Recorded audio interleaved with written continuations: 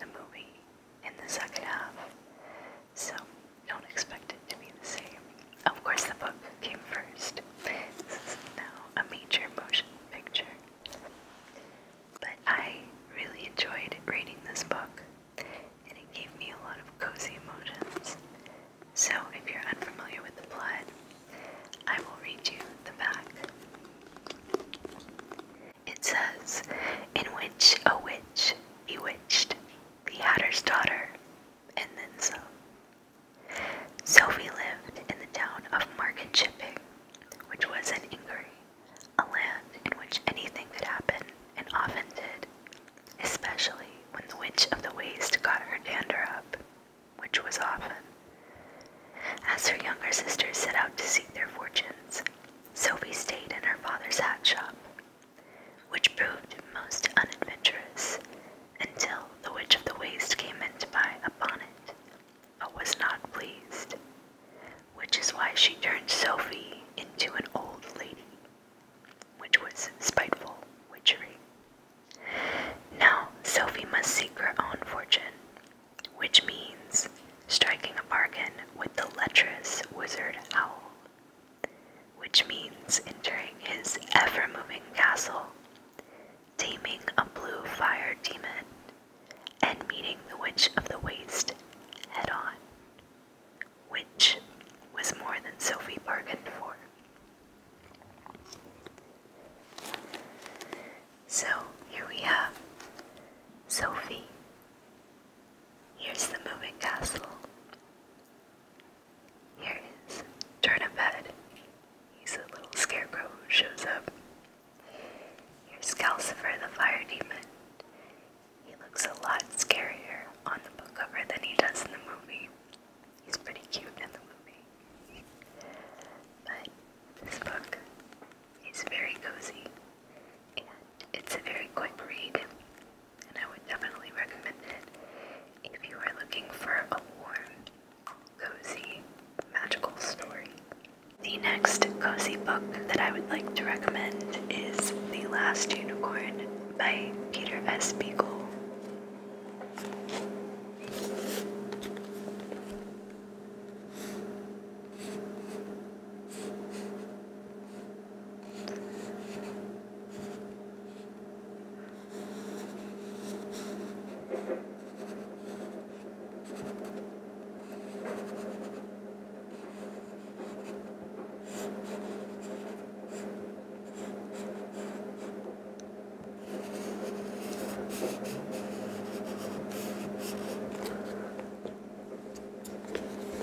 By Peter S.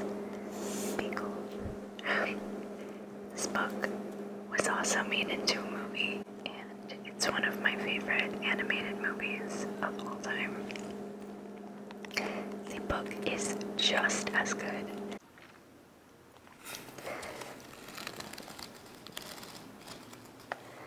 This book is about the last unicorn on Earth, or so she thinks, and she finds out that perhaps she isn't the last, and she goes on a quest to find the other unicorns. She meets a magician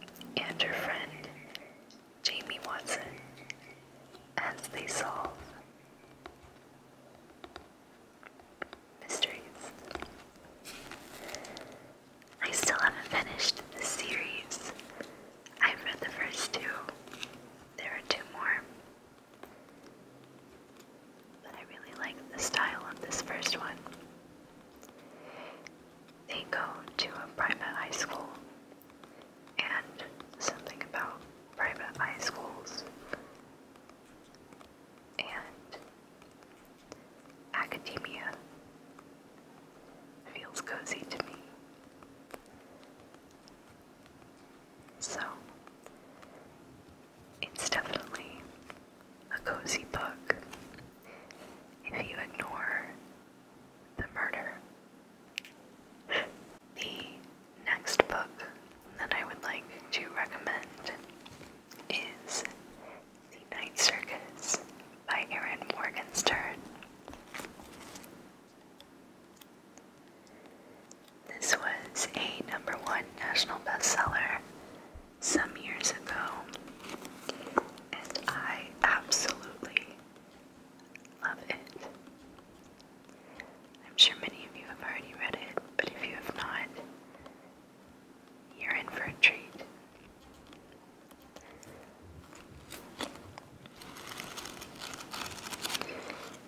I will read you the back.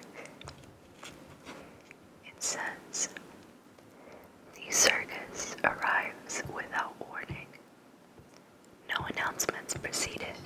It is simply there when yesterday it was not. Within the black and white striped canvas tents is an utterly unique experience, full of breathtaking amazements. It is called the Cirque des Rêves, and it is only open at night. But behind the scenes, a fierce competition is underway, a duel between two young magicians, Celia and Margot, who have been trained since childhood expressly for this purpose by their mercurial instructors. Unbeknownst to them both, this is a game in which only one can be left standing. Amidst the high stakes, Celia and Margot soon tumble headfirst into love, setting off a domino effect of dangerous consequences and leaving the lives of everyone, from the performers to the patrons, hanging in the balance." What I love the most about this book are the descriptions that Erin Morgenstern uses. It is extremely lush and magical, and it creeps into your dreams, which I've said before, and I'll say it again. If a book makes me dream about it, it did something right. And I dream about this book all the time, even now. This book is extremely fun to read during the autumn, but it really works for any time. And even if you're not a fan of circus books, which I know a lot of people aren't, it's so good that I would definitely recommend still giving it a try. The last cozy book that I am going to recommend is Pride and Prejudice by Jane Austen. I have Pride and Prejudice in this big collection that has 4 of Jane Austen's novels. It's missing Northanger Abbey and Mansfield Park. I have Northanger Abbey, but I don't have Mansfield Park. I haven't read that one yet. It's the only Jane Austen book that I haven't read. Pride and Prejudice is a classic romance novel about love and pride and prejudice. A lot of people don't like to read Jane Austen because her writing is very old, so it feels a bit dense. But I find that if you're in the right mood for it, it's perfect and extremely cozy.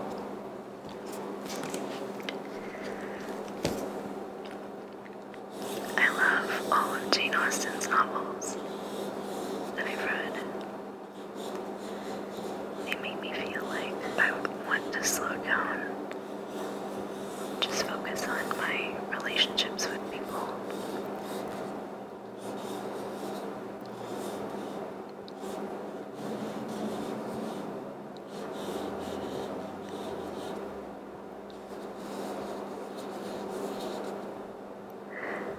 my favorite Jane Austen novel by far is Pride and Prejudice, but I'm also a big fan of Persuasion and Northanger Abbey and Sense and Sensibility.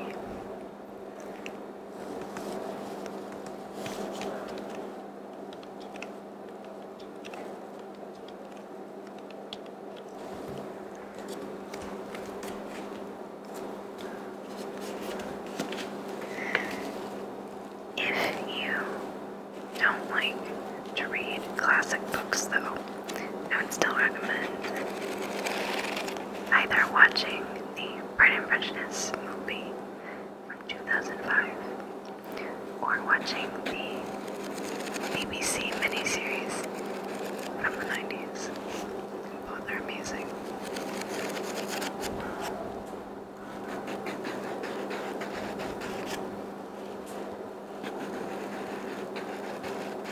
I suppose I can read you the first paragraph of Pride and Prejudice. Let me find it in this big book.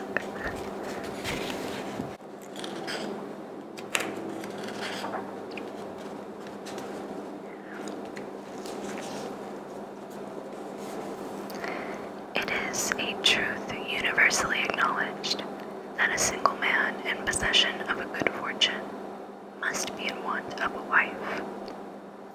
However little known the feelings or views of such a man may be on his first entering a neighborhood, the truth is so well fixed in the minds of the surrounding families that he is considered as the rightful property of some or other of their daughters.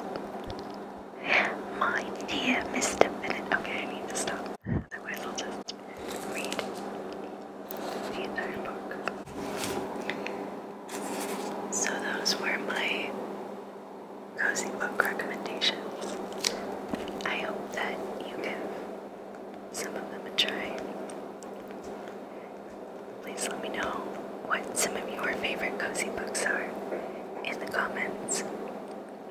Also, feel free to let me know if there are any certain sounds that you really like that you'd like me to incorporate in the next ASMR video that I do, if I decide to do another one, which I might decide not to. And thank you guys so much for watching. My BookTuber shoutout today is Allie from Allie Corvair Books.